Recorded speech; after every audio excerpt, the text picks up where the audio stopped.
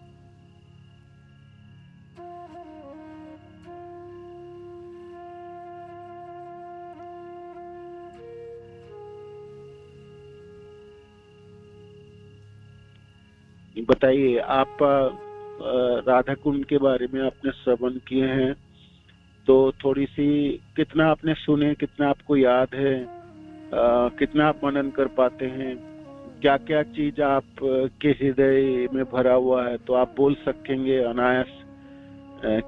तो वो भी आप प्रयास कर सकते। कोई राधा कुंड की जो गोविंद लीलामृत से सुने आप लोगों ने, तो उसके ऊपर भी वर्णन कर सकते हैं, या राधा कुंड की बाकी चीजों के ऊपर भी आप थोड़ा सा कोई ऐड कर सकते हैं, तो वो भी हो सकता है। बताइए, उसके ऊपर भी आप वर्णन करना चाहते को द्वादश आदित्य टीलाओं के ऊपर भी होगी, वृंदावन की किसी जगह के ऊपर भी आप वर्णन कर सकते हैं, नाम के ऊपर, नाम संबंधित किसी भी चीज जो आपको बहुत अच्छा लगता है, तो वो भी आप ऐड कर सकते हैं।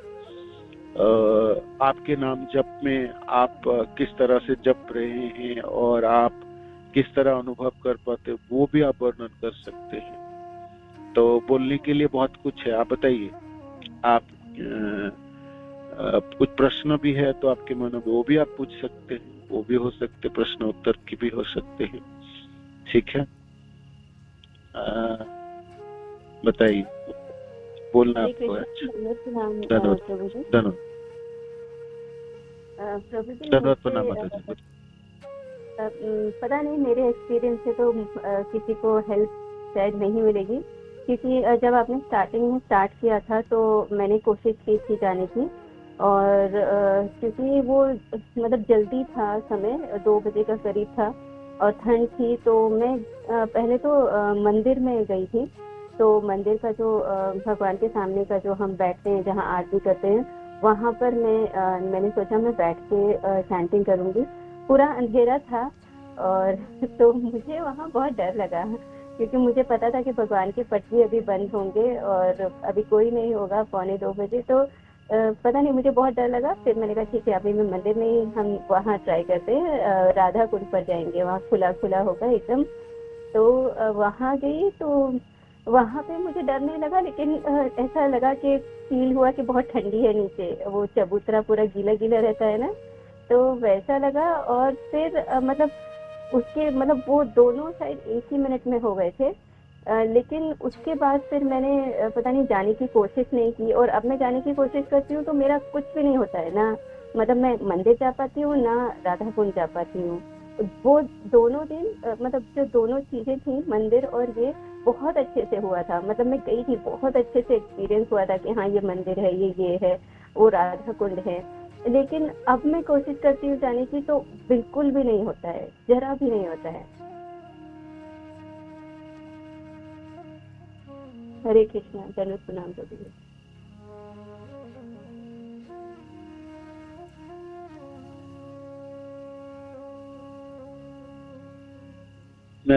जितने आपने गोविंद लीलामृत से सुने हैं, जो आपने जो भी पोर्शन जितना भी सुने होंगे, तो उसके थोड़ी सी दिन के समय याद करने की कोशिश करेंगे ना। उस चीजों को आप थोड़ा सा प्रयास करेंगे। सचमुच जब मैं सुना हूँ तो उसको मैं अपने तरह से कैसे करके रख पा रहा हूँ, तो उस तरह से थोड़ी सी दिन के जबते समय नहीं, बाकी समय प्रयास करेंगे, तो वो चीज आपको थोड़ा सा सहायता करने वाले हैं। मन वृंदावन में रहे, है ना, मोर मन वृंदावन, महाप्रभु कहते थे जे मनों में वृंदावन रहे। तो वृंदावन की कोई झांकी रही, कोई जगह रही, कोई दृश्य रहे, कोई दृश्य पट होगी, है ना। तो थोड़ा बहुत जो भी चीज आप मनों में धारण कर सकते हैं तो वो करिए। वो जो जगह आपको अच्छा लगे, जो आपने दर्शन किए या जिसके बारे में आपने सुने, तो सुनने के बाद आपको लगेंगे हाँ इस तरह से भी हो सकता है। तो गोविंद लीलामृत की जो शोभा है राधा कुंज के ऊपर जो वर्णन अभी तक हुई ललितानंद कुंज की, तो उसके से भी कोई चीज आपको अच्छा लगे जो हाँ देखो ये वर्णन हुई तो ये कुंज इस तरह से हो सकता है और ये ऐसा वर्णन हुई थी, वो चीज भी आपके मनों में रहे। तो उस तरह से आप थोड़ा याद मनन कर लीजिए, स्मरण कर ही लीजिए। उसको करने से क्या होगा, वो जो आप कर पाएंगे एक बार, तो जबते समय जब मन किसी जगह से चला जाता है, मन रह नहीं पाता किसी, तो उसको खींच के लाओगे ना, तो आप चलो जो मैं राधा कुंड में थोड़ा सा बैठता हूँ जपने के लिए, इस तरह से आप सोच भी पाएंगे, तब भी आपके नाम जपने में बड़ी सहायता होती है ना। और प्रयास करते रहेंगे, थोड़ा सा संकल्प लेके और अभ्यास में परिणत हो जाएगी, तो ये प्रक्रिया स्वाभाविक हो जाती है।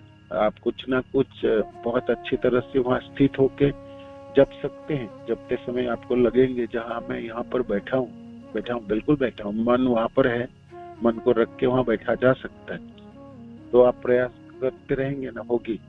किंतु बाकी दिन के समय में थोड़ा सा आपको सुनना पड़ेगा, उनके ऊपर मनन करनी पड़ेगी, स्मरण करनी पड़ेगी, और अपने हिसाब से उस दृश्य को आप किस तरह से आप उस झांकी को किस तरह से अपने हृदय में बैठा पाएंगे, उसकी अभ्यास करनी पड़ेगी।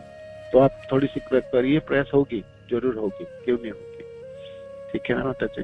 हरे कृष्ण। और कोई बताइए, और कोई बताइए। मुझे ना जब आप चैतन्य चरितामृत में भी वो जो टेक्निकल चीजें बताते हैं ना बहुत सारी, और इधर भी जैसे बहुत सारी जो टेक्निकल चीजें हैं वो मुझे मतलब समझ में ही नहीं आती है, दिमाग में ही नहीं चढ़ती है। लेकिन जो मतलब जैसे भाव वाली चीजें हैं वो अच्छे से पूरे दिमाग में बैठ जाती हैं। लेकिन टेक्निकल चीजों को मैं ध्यान देने की कोशिश भी करती हूँ तो कुछ समझ में नहीं आता है। जैसे आप बहुत सारी चीजें बताते हैं ना कि ये 8 प्रकार के ये हैं, इनका ये प्रकार है, इसमें ये होता है, उसमें वो होता है। तो वो मैं कितना भी कोशिश कर लूं मेरे दिमाग में नहीं जाता है कुछ भी। देखो भक्ति में दो चीज के है, सिद्धांत भी आपको सुनना पड़ेगी और भावनाओं को चीज को भी रखना पड़ेगी। बहुत सारे भाव होगी तो सिद्धांत नहीं होंगे, फिलॉसफी नहीं होंगी, तब भी समस्या होगी। सिद्धांत बोलिया चित्ते ना करो अलस, यह होते कृष्ण लागे सुदृढ़ मानस, चैतन्य श्लोक आते ना। जब सिद्धांतों की चीज है थोड़ा सुनो तो सही, सुनने की प्रयास करो। ठीक है, आप बहुत सारी चीज समझ में ना भी आए तो सुनना चाहिए, सुनना है और सुन के थोड़ी सी कोशिश करना चाहिए क्या चीज बोल गया और चैतन्य चरितामृत में इसका वर्णन क्यों है। देखो चैतन्य चरितामृत में वो चीज वर्णित हुई जो हमारी साधक को प्रयोजन है, वो हमारे लिए प्रयोजन ही नहीं है तो वो वर्णित होती ही नहीं है ना। कृष्णदास कविराज गोस्वामी वो चीजों की वर्णन किए ही नहीं, राधा रानी ने वो चीजों के प्रदान किए ही नहीं, है ना। तो वो आपको सुनना है और जानना भी है, सुनना भी जानना भी है। तो सुनते रहेंगे बहुत सारी चीज सुन के तो आप पता चला ना हम सबों को, है ना। तो सुनते ही तो पता चली, है ना। बहुत सारा चीज हम नहीं जानते थे, अब हम जानते हैं, अपने तरह से उसको समझ पाते हैं, भक्ति में उसकी प्रयोग कर पाते हैं, तो वो भी अच्छा रहेगा आपको, ठीक है ना। तो सिद्धांत और भावना दोनों की प्रयोजन है ना। तो भावना वाली चीज और रसमयी कथा तो सबको पसंद है और सबके हृदय को छू भी जाता है, किंतु सिद्धांत भी हम गौड़िया भक्तजन, है ना, सिद्धांत भी थोड़ा सा ग्रहण करेंगे। नहीं तो जब बताना होगा लोगों को तो हम क्या बता पाएंगे, हम शास्त्रों के हिसाब से बता पाएंगे ना, उस तरह से कोशिश करेंगे। और फिर जब आप सुनेंगे सिद्धांतों का अपने तरह से उसको ग्रहण कर लीजिए, जहाँ ये चीज वर्णन हुई थोड़ा कठिन तो है किंतु मैं इस तरह से इनको समझ पा रहा हूँ, तो अपने हिसाब से देखिए मैंने ये जो इतनी कथा, इतनी शब्दों की प्रयोग हुई, इतनी प्रकार के वर्णन हुई, तो मैं कितना धारण कर पा रहा हूँ, वो आपका प्राप्ति है, वो अपने हिसाब से कर लीजिएगा, ठीक है। हरे कृष्ण, धन्यवाद।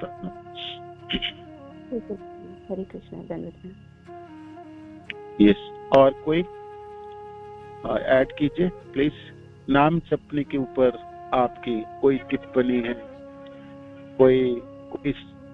कोई चीज प्रयोग करते हैं आप नाम जपते समय, किसी चीज आपको सहायता करती है तो वो आप बता सकते हैं।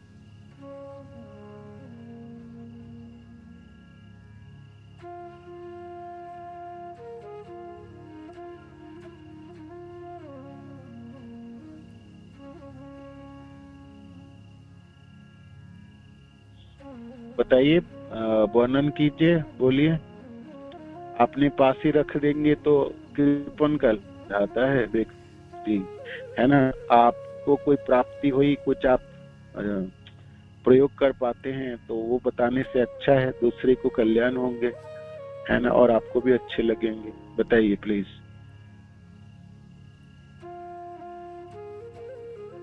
हरे कृष्ण।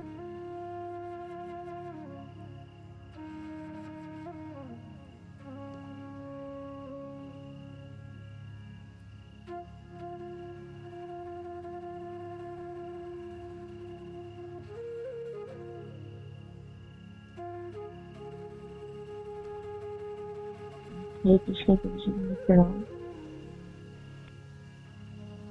धन्यवाद माता जी, मेरा एक क्वेश्चन था कि मैं पूछना चाह रही थी कि जैसे कोई भी अनुभव होता है या कुछ भी होता, तो हम अगर किसी से शेयर करते हैं तो क्या वो वाली स्थिति पहले वाली नहीं रहती है, मतलब दोबारा से वैसे वाला नहीं होता अनुभव, या जो हमारा चल रहा होता है, भजन चल रहा होता है, तो वो भजन भी उस तरह से नहीं हो पाता, तो ये हमें बताना चाहिए या नहीं बताना चाहिए प्रभु जी? थोड़ा सा नहीं, ये नहीं है, ऐसा नहीं है। बहुत बार हुआ ऐसा। नहीं, ऐसा नहीं है, बताता हूँ आपको, बताता हूँ। कृष्ण कथा हमेशा कृष्ण भक्त जनों के बीच में होनी चाहिए, है ना। इसको कृष्ण कथा के आस्वादन बोलते हैं, है ना। तो अपना जो आपके जो निजी कुछ भक्त जन जो निकट है, जिसको आपने भावनाओं को व्यक्त कर सकते हैं, तो अवश्य करनी चाहिए। हम आपस में जब मिलेंगे, जब मिलते हैं, जब बातें करते हैं तो क्या बातें करेंगे? तो यही बात करेंगे। देखो जी, इस तरह से भक्ति में कर पा रहा हूँ, मेरा भक्ति में ये बाधक है, मेरे को ऐसा लगता है, इस चीजों के ऊपर मेरा ये प्रश्न है, या आप इसके क्या उत्तर हो सकता है। इस प्रकार की मेरा अनुभव है, इस प्रकार की अनुभव है, और आंखें बंद करके मैं जपते समय सचमुच मेरे मनों को मैं रख पा रहा हूँ, या मनों को इस प्रकार की संचालन होती है। तो इस चीजों को वर्णन करने से ये कृष्ण कथा हुई और कृष्ण कथा के आस्वादन हुई, या भगवान कृष्ण के बारे में कोई लीला आपने बहुत सुने, श्रवण किए और बहुत अच्छा लगी आपको, तो उनकी जो कोई पॉइंट है, जो बिंदु है, तो वो आपने वर्णन करे तो दूसरे को लाभ हुई और आपको भी लाभ हुई, है ना। सपोज श्रील प्रभुपाद अपने सारे चीज अपने पास ही रख लेते तो हम सबों को क्या हाल होती, बताइए। गुरु महाराज ने अपने सारे भावनाओं को अपने ग्रंथ में लिपिबद्ध ना करते तो फिर हम कहाँ से पता चलता, कैसे पढ़ते। कविराज गोस्वामी ने सोचे, मैंने तो गोविंद लीलामृत, कविराज गोस्वामी तो कस्तूरी मंजरी, उन्होंने सोचा ना मैं तो भाई ये कुंज की कथा तो मैं ना किसी को बोलने वाला और ना सुनाने वाला, ये तो गोपन रखने की चीज है। और बात सही है, गोपन रखने की चीज है। तो उन्होंने तो बताए, है ना, जगत की कल्याणों के लिए, लोगों की कल्याणों के लिए बताना चाहिए। कृपण थोड़ी बनना चाहिए, बिल्कुल ना बनना चाहिए। और बोलने से बढ़ती है कृष्ण भक्ति, कृष्ण कथा, कृष्ण नाम, गुण, रूप, लीला, धाम। जब भी आप वर्णन करते हैं तब आप दोबारा उस चीजों को प्राप्ति करते हैं और आपके द्वारा दूसरे लोगों को उसको प्राप्ति होती है। ऐसा नहीं है जब बोलने से वो बंद हो जाए। कि बंद होने वाला, आप बताओ। मैं बहुत अच्छी तरह से जपता हूँ, जपने की महिमा में वर्णन करूंगा तो ऐसा थोड़ी होगा जब मैं खुद ही ना जप कर पाऊंगा, ऐसा कैसे होगा? ऐसा ना हो, वो ऐसा नहीं है। वो आपने कहीं से सुने होगा, देखो भाई, जो प्राप्ति है ना उसको छिपा के रखना चाहिए। हाँ, कर्मी लोगों से, जो लोग जो नास्तिक हैं, जो लोगों को कोई विश्वास ही नहीं है, उनसे आपने छिपा के रखोगे। बस भक्तजनों से क्यों छिपाओगे? भक्तों से तो आदान प्रदान कर, ददाति प्रतिगृह्णाति गुह्यम आख्याति पृच्छति भूमते भजयति चैव सर्वैर भक्ति प्रसिद्धति। आप अपने गोपनीय चीज को बोलोगे और बताओगे, सुनोगे, है ना। ये भी एक प्रोसेस है। ददाति प्रतिगृह्णाति, दोगे, लोगे, भूमते भजयति चैव, खिलाओगे, खाओगे, है ना। इस प्रकार के 6 प्रकारों से आपकी भक्ति की वर्धन होगी, है ना। प्रभु गोसाई पाद ऐसे वर्णन करते हैं।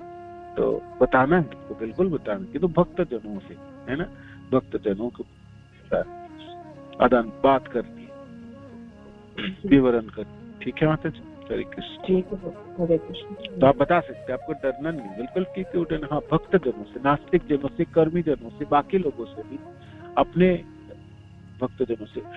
एक भक्त जब दूसरे भक्तों से मिलेंगे तो क्या बातें करेंगे? यही बातें करेंगे। हम भौतिक संसार की बातें थोड़ी करेंगे। श्रील प्रभुपाद कहते कितना भाव है ना, गेहूं कितने किलो की है, आलू क्या भाव है, ये सब थोड़ी, बाजार कितने चल रहे हैं, वो सब थोड़ी पूछेंगे।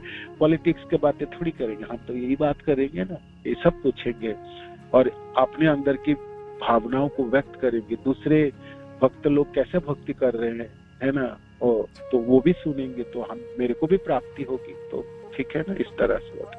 हरे कृष्ण। तो इसलिए ऐसा होता था ना, कभी ऐसा अनुभव ऐसा होता तो हम किसी से शेयर करते, जैसे कि वो लोग भी इस चीज का आस्वादन कर पाए। तो ऐसे बताने से फिर अपना अनुभव, अपना जो फीलिंग होती थी वो नहीं हो पाती। तो मुझे ऐसा लगता था कि मुझे शेयर ही नहीं करना चाहिए किसी से, क्योंकि वो वाली स्थिति नहीं बनी रहती थी। आपने जपा क्लास में शेयर करके देखो, आपको कितने सारे लोग, उसमें कितने सारे लोगों के कल्याण होगी और आपको तो अवश्य ही होगी, है ना। प्रचार की एक प्रचार की है ना, प्रचारी सार है। भगवान जो प्राप्ति है ना, उसको छिपाना नहीं है, उसको बताना है, लोगों को बताना। किंतु हाँ, जो एक्चुअल आपको चीज प्राप्ति है वो बताना। आपको प्राप्ति नहीं है, आपको अनुभव भी नहीं है, तो आपने जबरदस्ती करके बताने की प्रयास करेंगे तो वो होगी भी नहीं, वो होती भी नहीं। कि तो वो डरना नहीं आपको, वो आपको बिल्कुल नहीं छिपा है ना, बिल्कुल नहीं डरना। वो तो भक्तजनों को तो बतानी बताए, ठीक है माता जी। हरे कृष्ण। जी हरे। और कोई बताइए, और कोई बताइए प्लीज।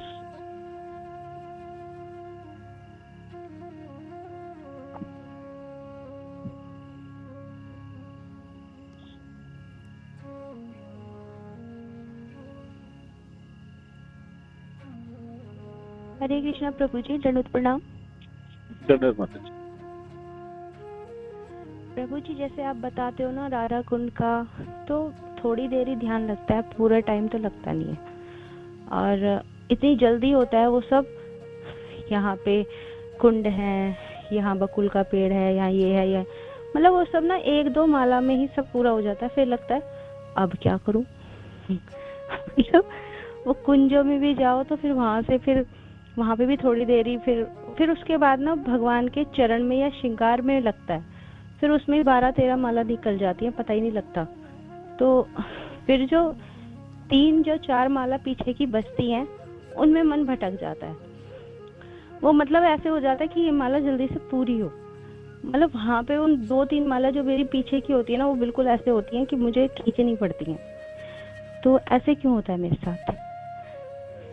हरे कृष्णा प्रभु जी, दंडवत प्रणाम। हाँ, तो एक्चुअली इससे इसलिए होता है ऐसा, जितना आपने श्रवण किया ना, जैसे जो चीज हम सुनते हैं ना, तो उनमें से सब चीज हम याद नहीं रख पाएंगे, उसमें से कोई चीज याद रख पाएंगे। कुछ चीज आपको हृदय में, जो चीज आपके हृदय में रही वही चीज आपने मनन कर पाओगे, स्मरण। इसलिए सुनते समय बहुत ध्यान से सुनिए, जिसमें ज्यादा से ज्यादा पॉइंट मैंने धारण करके रखता हूँ। जैसे देखो, मैं आपको बता के देता हूँ। देखो, आप कुंड के बारे में जो वर्णन हुई थी, उसको 4 दिशाएं है ना, दक्षिण, पूर्व दिशा, उत्तर, पश्चिम। मैंने आपको कहा था 4 घाट है। वो घाटों को आप सचमुच आंखें बंद है ना, तो आप प्रयास करोगे कि किस तरह से मणियों की बना हुआ घाट होगी, जिसमें राधा रानी कृष्ण दोनों विहार करते हैं, दोनों उतरेंगे है ना सीढ़ियों से, और फिर स्नान वेदी में बैठेंगे, बैठ के बातें करेंगे, या राधा कुंड की शोभा दर्शन करेंगे। तो आप जब उस चीजों को आप देख रहे हैं, तो उनके साथ साथ प्रिया प्रियतम को दोनों को बैठाना है। आपको राधा श्याम सुंदर को लेके चलना है दृश्य के साथ। कविराज गोस्वामी आपको सिर्फ शोभा नहीं वर्णन कर रहे हैं, आपको जुगल जड़ियों को भी तो आप देखने के भी प्रयत्न करोगे ना। हाँ, उसके वर्णन अभी हो ही नहीं होगे। कविराज गोस्वामी आगे वर्णन करेंगे। भगवान कृष्ण इस 10:48 से लेके 3:36 तक विराजमान होते हैं राधा कुंड में। तो इतने समय विराजमान होते तो कहाँ कहाँ विराजमान होते। तो इसलिए जब आप घाटों की वर्णन सुनेंगे तो उस घाटों में किसको बैठाएंगे? स्वाभाविक आपने वृंदावन नायक भगवान कृष्ण को ही वहां पर खड़े होते हुए देखने के लिए आपने प्रयास करोगे, है ना। राधा रानी की अपेक्षा में श्याम सुंदर खड़े हैं, उस अधीरता को समझने की प्रयास करोगे। भगवान इधर उधर देख रहे, चारों तरफ देख रहे, पूछ रहे अभी इतना देर हो गई क्यों नहीं आती, कहाँ तक पहुंची। तो इसके वर्णन है, बाद में है, इस ग्रंथ के वर्णन है। तो ठीक है, तभी भी तो सुनते समय बहुत ध्यान से सुनोगे और सुन के आपने लिख लेना पॉइंट को, हाँ ये पॉइंट में याद रखूंगा, इसको मैंने जपते समय प्रयोग करूंगा, मैं याद करूंगा। तो 4 घाट याद करो। घाटों के वो पेड़ों की, है ना, दक्षिण दिशा में चंपक है ना, पूर्व में कदम की, उत्तर में आम की वृक्ष है, पश्चिम दिशा में बकुल के वृक्ष है। दोनों वृक्ष के बीच में झूला लगी है। अब आप झूला को देखने की प्रयास करोगे, आप कुछ करोगे ना, झूला लगी है तो वर्णन हुई, आपकी प्रयास तो होगी ना, ये झूला कैसा लगा हुआ है, झूला टांगा कैसे होगी, टांगी तो होगी, इसका रस्सी कैसे बंधा हुआ है ना, किसी शाखाओं से बंधा होगा। तो जब भी आपने झूले की रस्सी को बांधते हुए देखने की प्रयास करोगे तो स्वाभाविक उस बकुल की बहुत दोनों बड़ों वृक्षों की शाखाओं की नजर हो सकता है आपको होगी। तो थोड़ी सी ठहरने की जगह मिलेगी आपको, है ना, ठहरने की जगह। आप बकुल के पेड़ है, आगे चलो, चलते नहीं, आप थोड़ा सा ठहरो, देखो तो सही, थोड़ी सी तो कुछ तो दृश्य होगी ना जो आप थोड़ा सा ठहर सकोगे, ठहर के थोड़ा देख पाओगे। अब आपने देखो, आप फिर ऊपर की तरफ देखोगे, बकुल कितनी बड़ी पेड़ है, कितना बड़ा पेड़ होगी, इसकी कितनी शाखा प्रशाखा, वर्णन है, बहुत बड़ी पेड़ है और छायादार वाली है ना। और ये जो घाट है, घाटों की मंडप, मंडप शब्द का अर्थ है ये बहुत ही विस्तृत जगह है, बहुत बड़ी जगह है, छोटा सा घाट नहीं है। अनेकों लोग एक साथ सीढ़ियों में बैठ सकते हैं और अनेकों बातें कर सकते हैं। जैसे अब तो शहर में हम तो बाथरूम में स्नान करते हैं, नदियों में स्नान करते समय, सरोवरों में स्नान करते समय, तालाबों में स्नान करते समय लोग सिर्फ स्नान नहीं करते थे, स्नान करते समय अनेकों बातें करते थे। सब लोग एकत्रित होंगे, अपने अपने बातें करेंगे, तो फिर स्नान करने के लिए तैयारी करेंगे, फिर स्नान करेंगे, स्नान करने के बाद फिर कपड़े चेंज करने के बाद फिर बैठेंगे थोड़ा सा, फिर थोड़ी बातें करेंगे और फिर सब धीरे धीरे अपने घरों की तरफ चले जाते थे, है ना। तो सारे गोपी जनों ने, विशेष करके राधा कृष्ण वहां पर बैठे होंगे, सारे गोपी जनों ने सेवा में रत थे और सब लोगों ने उस मंडप पे बैठे होंगे। तो वो दृश्य बड़ी लुभानी है। तो अपनी तरफ से आप उस चीजों को तो आप बढ़ा ही सकते हो ना, आप अपनी तरफ से देखने के तो प्रयत्न कर ही सकते हो। ठहर जाओगे, बिल्कुल ठहर जाओगे आप, है ना। आपको तो घाट में ही याद कर लोगे ना, तो उसी समय में आपको मन रह जाएंगे।